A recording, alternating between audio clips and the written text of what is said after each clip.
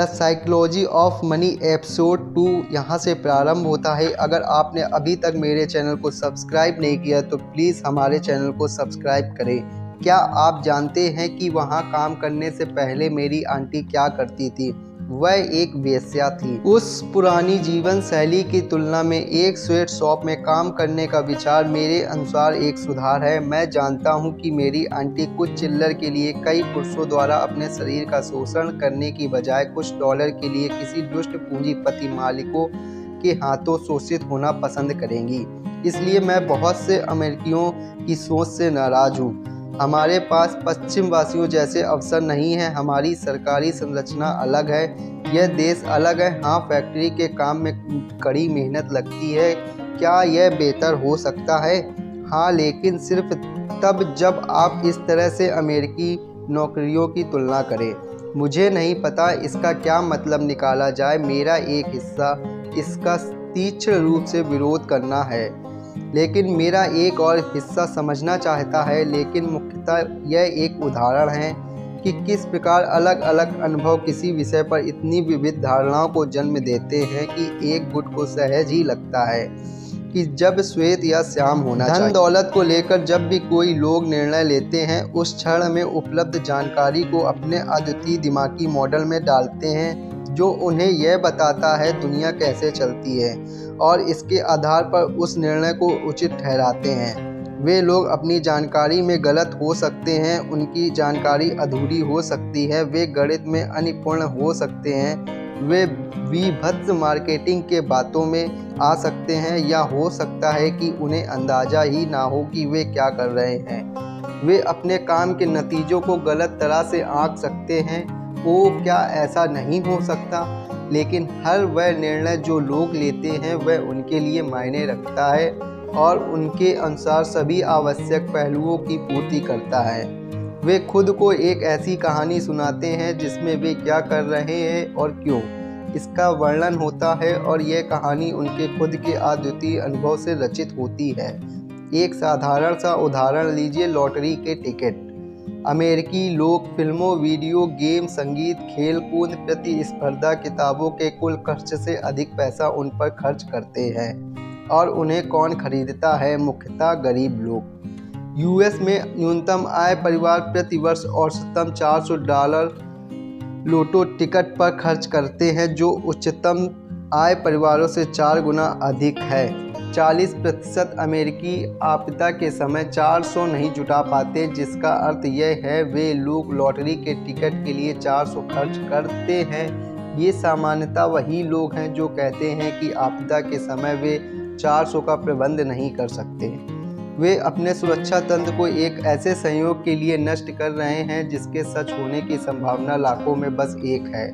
यह मुझे मूर्खतापूर्ण लगता है। यह शायद आपको भी मूर्खतापूर्ण लगे, लेकिन मैं न्यूनतम आय परिवार से नहीं हूँ और शायद आप भी नहीं। इसलिए हम में से काफ़ी लोगों के लिए यह समझना कठिन है कि न्यूनतम आय लॉटरी टिकट खरीदारों के अचेतन मन में क्या तर्क चलता है। अगर थोड़ा जोर डालें तो आप कल्पना कर सकेंगे कि यह कुछ इस प्रकार होता होगा।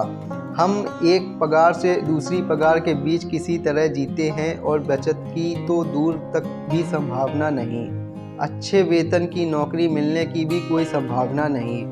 हम छुट्टियां मनाने नहीं जा सकते और ना ही कार, स्वास्थ्य बीमा या सुरक्षित इलाके में घर का इंतजाम कर सकते हैं। हम बिना कमर तोड़ने वाले ऋण के अपने बच्चों को कॉलेज में भर्ती नहीं करा सकते। आप में से जो लोग वित्त संबंधी किताबें पढ़ते हैं, आपके पास वह सब कुछ या तो पहले से है या आप उसे पाने की अच्छी संभावना है, जो हमारे पास नहीं हो सकता। लॉटरी टिकट खरीदना ही हमारे जीवन का वह पल है जब हम ठोस रूप से वह पाने का सपना देख सकते हैं जो आपके पास है और जिसे आप महत्व नहीं देते।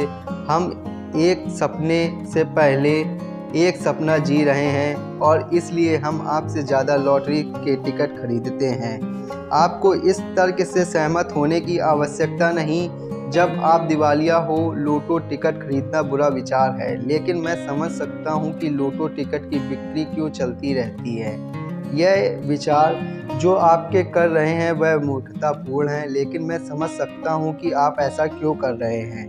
इससे हमारे वित्त संबंधी निर्णयों को आधार का अनावरण होता है। कुछ लोग वित्तीय निर्णय रूप से एक स्प्रेडशीट के द्वारा करते हैं। वे खाने की मेज पर या कंपनी की किसी मीटिंग में उन्हें बनाते हैं। ऐसे स्थान पर जहां व्यक्तिगत इतिहास, संसार के प्रति आपका अद्वितीय दृष्टिकोण, अहंकार, अभिमान, मार्केटिंग और विचित्र प्रेरक साथ मिलकर एक ऐसा वृत्तांत बनाते हैं जो आपके लिए काम करता हो।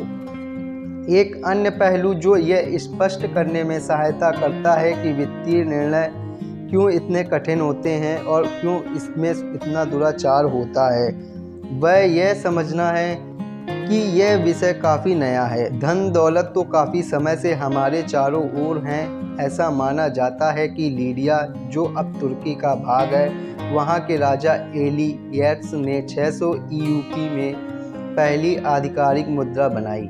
लेकिन वित्तीय निर्णयों का आधुनिक आधार बचत और निवेश ऐसी संधारणाओं पर आधारित है जो अभी नवजात है। अब सेवावृत्ति को ही लीजिए। 2018 के अंत में यूएस के सेवानिवृत्ति खातों में 27 ट्रिलियन की राशि थी, जिसके अनुसार यह आम निवेशकों की बचत और निवेशक निर्णयों का मुख्य चालक था।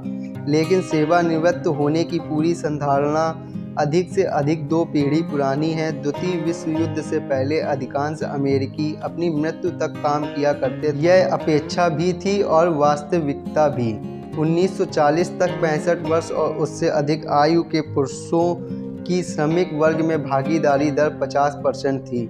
सामाजिक सुरक्षा ने इसे बदलने का प्रयास किया, लेकिन इसके शुरुआती लाभ एक समुचित पेंशन की तुलना में कुछ खास नहीं थे। जब ईडा में फुलर ने 1940 में अपना पहला सामाजिक सुरक्षा चेक कैश कराया, उसका मूल्य 22.54 था। यह मुद्रा स्फीति से समायोजित होकर तक पहुंचने बाद भी सेवानिवृत्त लोगों के लिए औसत सामाजिक सुरक्षा चेक बढ़ाकर 1000 प्रति माह हुआ। मुद्रा स्थिति में समायोजित होने के बाद सेंसर ब्यूरो के अनुसार 65 वर्ष से अधिक आयु के 1/4 अमेरिका 1960 दशक के अंत तक गरीबी में जी रहे थे।